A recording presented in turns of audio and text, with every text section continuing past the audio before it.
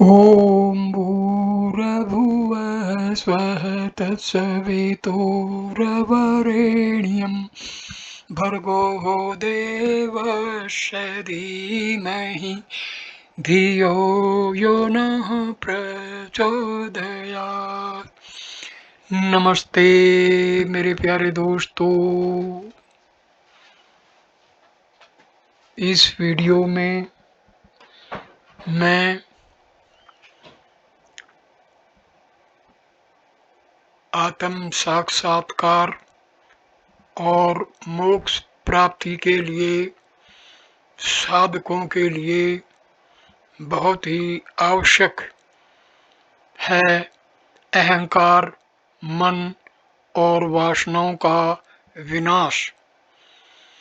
क्योंकि आत्मा के ऊपर अहंकार, मन और वासनाओं का पर्दा पड़ा रहता है, जिससे साधक अपनी आत्मा को नहीं महसूस कर पाता है, उसकी आत्मा की अनुभूति नहीं कर पाता है। आत्मा की अनुभूति के लिए अहंकार, मन और वासनाओं का विनाश अति आवश्यक है। आइए इसके विषय में हम जानें, विचारें और अपने लक्ष्य की ओर बढ़ते चले जाएं। अहंकार, मन और वासनाओं का विनाश। अहंकार जो सभी परेशानियों का मूल है, उसका स्थान मन में है। अहंकार के नाश से मन का नाश होगा और मन के नाश से अहंकार का नाश होगा। अहंकार या अहंकार जीव की मुख्य भावना है। यह विविध जीवन का संचालक है। अहंकार अंतरिक्ष में एक बिंदु पर सार्वभौमिक चेतना का कठोरीकरण या ठोसीकरण है। यह खुद को अहंकारी बनाने और बाकी सभी को अस्तित्व से बाहर करने के तत्व से बना है। अहंकार का अर्थ केवल गर्व ही नहीं लिया जाना चाहिए, बल्कि यह अनिवार्य रूप से मैं हूँ या आत्म जागरूकता की भावना है। यह आत्म चेतना निरंतर रहस्योद्घाटन के घूमने और अहंकार द्वारा अपने शक्तिशाली विचारों के मंत्रों द्वारा फेंकी गई आत्म पुष्टि करने वाली शक्तियों को वापस लेने की धुरी है। संपूर्ण ब्रह्मांड वास्तव में अहंकार की भावना का यह जादुई मंत्र है, जिसकी पृष्ठभूमि में मन का सागर है। अहंकार पूर्ण चेतना में एक समुच्चय है। वह अपने को अभिव्यक्त करने की प्रबल इच्छा रखता है और अभिव्यक्ति की यह शक्ति असीम सत्ता में देश, काल, शब्द, स्पर्श, रंग, स्वाद और गंध का आभास पैदा करती है। संसार का उद्गम आत्मा के विरोध में अहंकार करने की इच्छा है। अहंकार की अभिव्यक्ति जितनी स्थूल होती है, संसार उतना ही वास्तविक प्रतीत होता है और जीव वास्तविकता से उतना ही दूर होता है।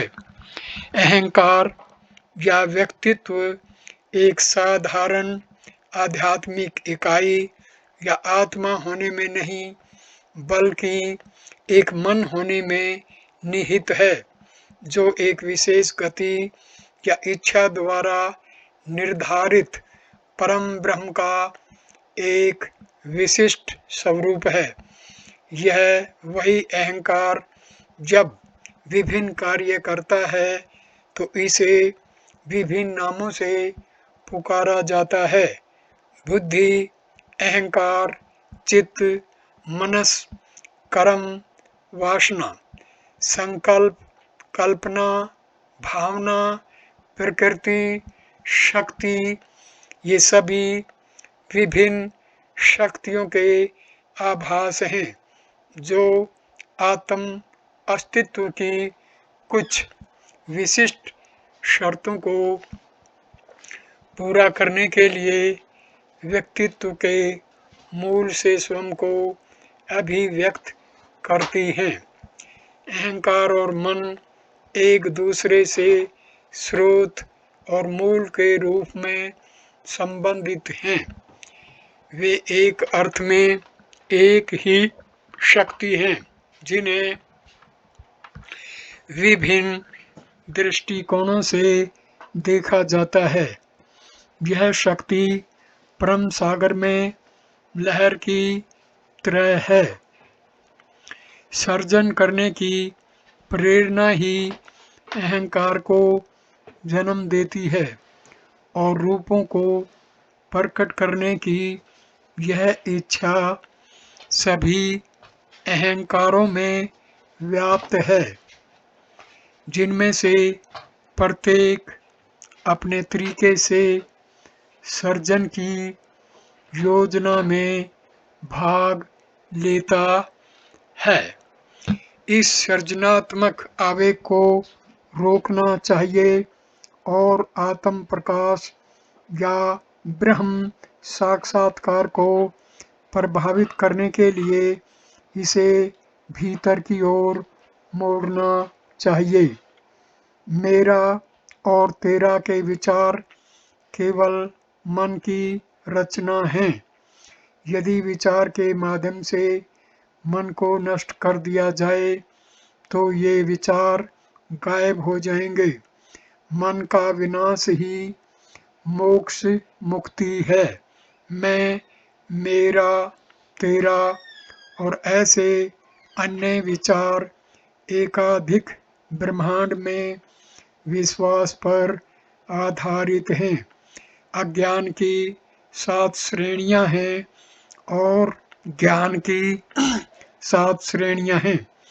विकास के इन 14 चरणों में अज्ञान की 14 डिग्री हावी हैं, जो वास्तविकता को धीरे धीरे छिपाती हैं और जैसे जैसे अंधकार घना होता जाता है और बुद्धि अधिक स्पष्ट होती जाती है, यह बढ़ती जाती है। इस अज्ञान को दूर करने के लिए जो साधना की जाती है उसमें व्यवस्थित आत्म संयम और अमूर्तता के माध्यम से धीरे धीरे स्वयं का अनावरण करना शामिल होना चाहिए।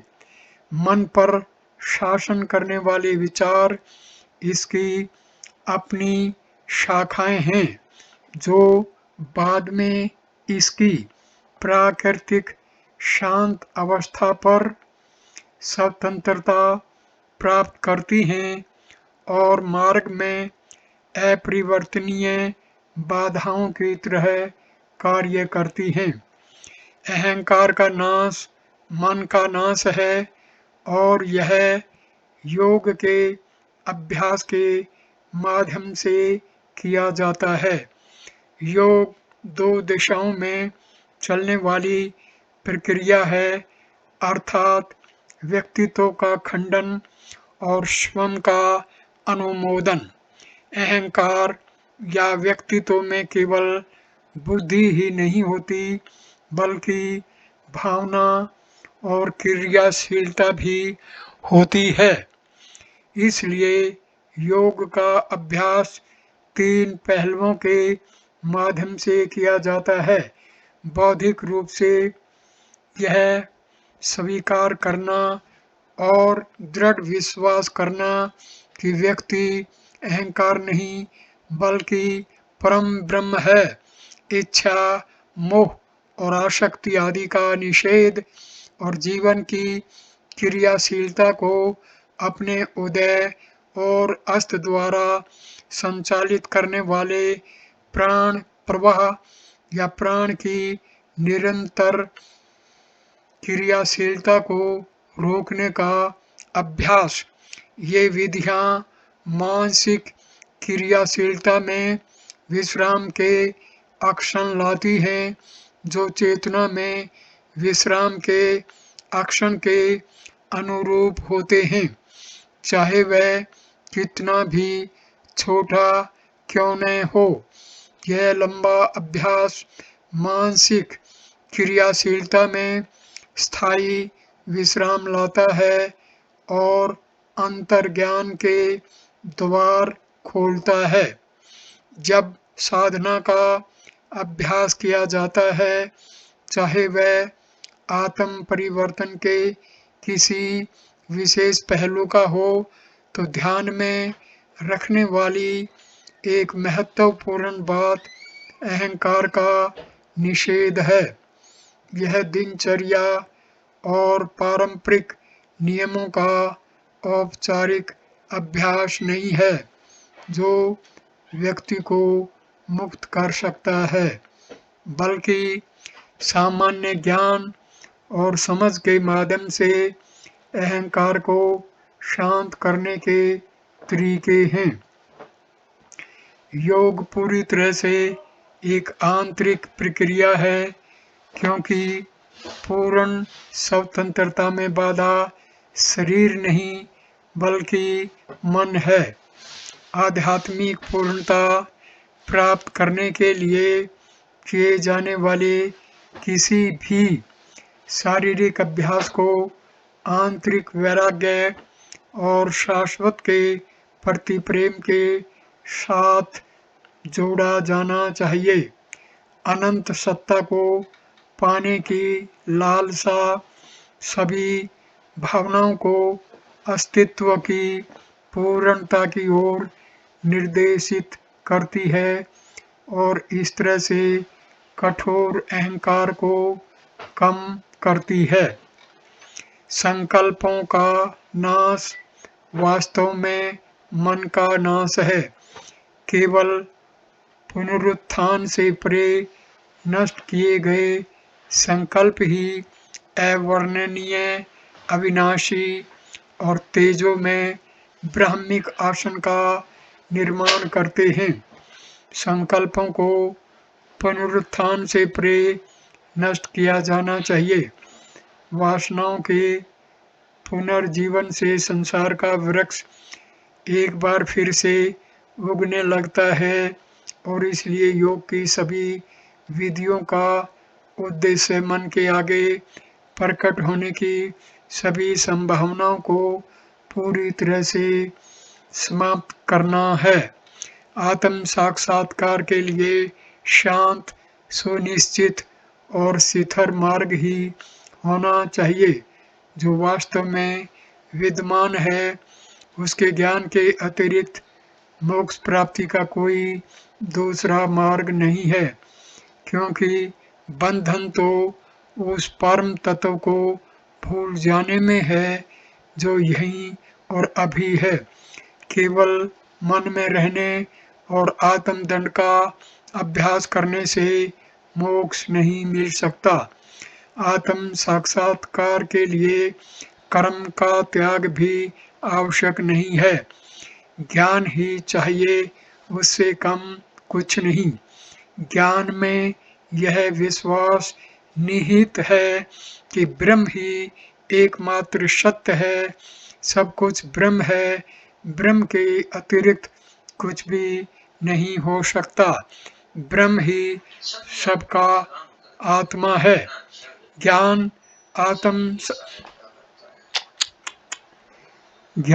आत्म साक्षात्कार का साधन है केवल बौद्धिक विश्वास नहीं, शास्त्रों के अध्ययन से ज्ञान में वृद्धि हो सकती है।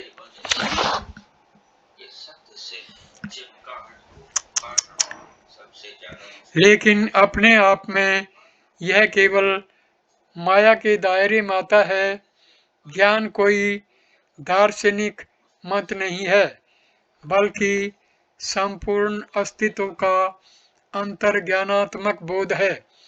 व्यक्ति को परम तत्व में विस्तार करना चाहिए और परम तत्व के रूप में जीना चाहिए। ब्रह्म दिव्य सत्ता के अनुभव में वास्तविक जीवन जीना ही सच्चा ज्ञान है। मानसिक कार्य का उन्मूलन किसी जादुई चाल की तरह एक क्षण में नहीं हो जाता। जीव की अपनी सीमा के प्रति आसक्ति युगों से चली आ रही है। मात्र बौद्धिक समझ से व्यक्ति को संसार की मायावी प्रकृति पर विश्वास हो सकता है। फिर भी माया व्यक्ति को पीड़ा देना बंद नहीं करती। संसार का अंत केवल अमर ज्ञान की प्राप्ति और योग के अभ्यास से होता है। योग एक ऐसा अनुशासन होना चाहिए जिसमें जीवन के किसी भी पहलू की उपेक्षा न की जाए। आत्म साक्षात्कार के लिए योग की प्रत्येक सच्ची विधि द्वारा शारीरिक, मानसिक और आध्यात्मिक पहलुओं को स्पर्श किया जाना चाहिए। एक तरफा विकास दूसरे पक्षों को वैसे ही छोड़ देता है जैसे वे थे और सत्य अनुभव असंभव हो जाता है। जैसे सोने को आग में तपाकर शुद्ध किया जाता है, वैसे ही मन को भी ध्यान की अग्नि से शुद्ध किया जाता है। योग अपने सख्त अर्थों में परम सत्य का ध्यान है। ऐसे ध्यान का मार्ग दुख और पीड़ा से होकर गुजरता है। आनंद का मार्ग आत्म बलिदान और आत्म शुद्धि से होकर गुजरता है। सोना तब चमकदार हो जाता है जब उसमें से सारी गंदगी साफ कर दी जाती है और आत्मा तब अपने स्वभाव में चमकती है जब उसे ध्यान के माध्यम से अनुशासित किया जाता है। आध्यात्मिक ध्यान का अभ्यास व्यक्ति द्वारा ब्रह्म के साथ एक रूप होने की निरंतर पुष्टि के माध्यम से किया जाता है। इससे मन शांति की ओर लौटता है। जब आत्मा को वास्तविकता के महान विस्तार के साथ तालमेल में होने का दावा किया जाता है, तो मन जो आत्मा की छाया है अपने तत्व आत्मा की ओर वापस मुड़ जाता है। मन का विनाश होने पर महत्वपूर्ण धाराएं या प्राण अपनी क्रियाशीलता बंद कर देते हैं, क्योंकि प्राण केवल मन की शक्ति का एक आभास है। सर्वोच्च तत्व की गहन पुष्टि का अभ्यास ब्रह्म तक पहुंचने के लिए अन्य सभी आध्यात्मिक प्रयासों को गौण कर देता है। इसमें सबसे बड़ी मुख्य बात है मन को आत्मा की दिशा में जाने के लिए बाध्य करना। मन जब संसार की तरफ चलता है तो आत्मा से दूर होता चला जाता है, और जब मन की दिशा आत्मा की तरफ मोड़ दी जाती है तो मन पवित्र हो जाता है और आत्मा में ही समाहित हो जाता है। इसी तरह अहंकार को भी आत्मा की तरफ मोड़ देने से अहंकार का सर्वनाश हो जाता है और आत्म साक्षात्कार की प्रक्रिया पूर्ण हो जाती है, क्योंकि मन और अहंकार दोनों का स्रोत आत्मा है। तो जब मन और अहंकार को आत्मा की तरफ मोड़ दिया जाता है योगिक क्रियाओं द्वारा या आत्म विचार के द्वारा, तभी आत्म साक्षात्कार की क्रिया पूर्ण हो जाती है। अब मैं इस वीडियो को यहीं पर विराम देता हूँ। वीडियो देखने के लिए धन्यवाद मेरे दोस्तों। नमस्ते, नमस्कार।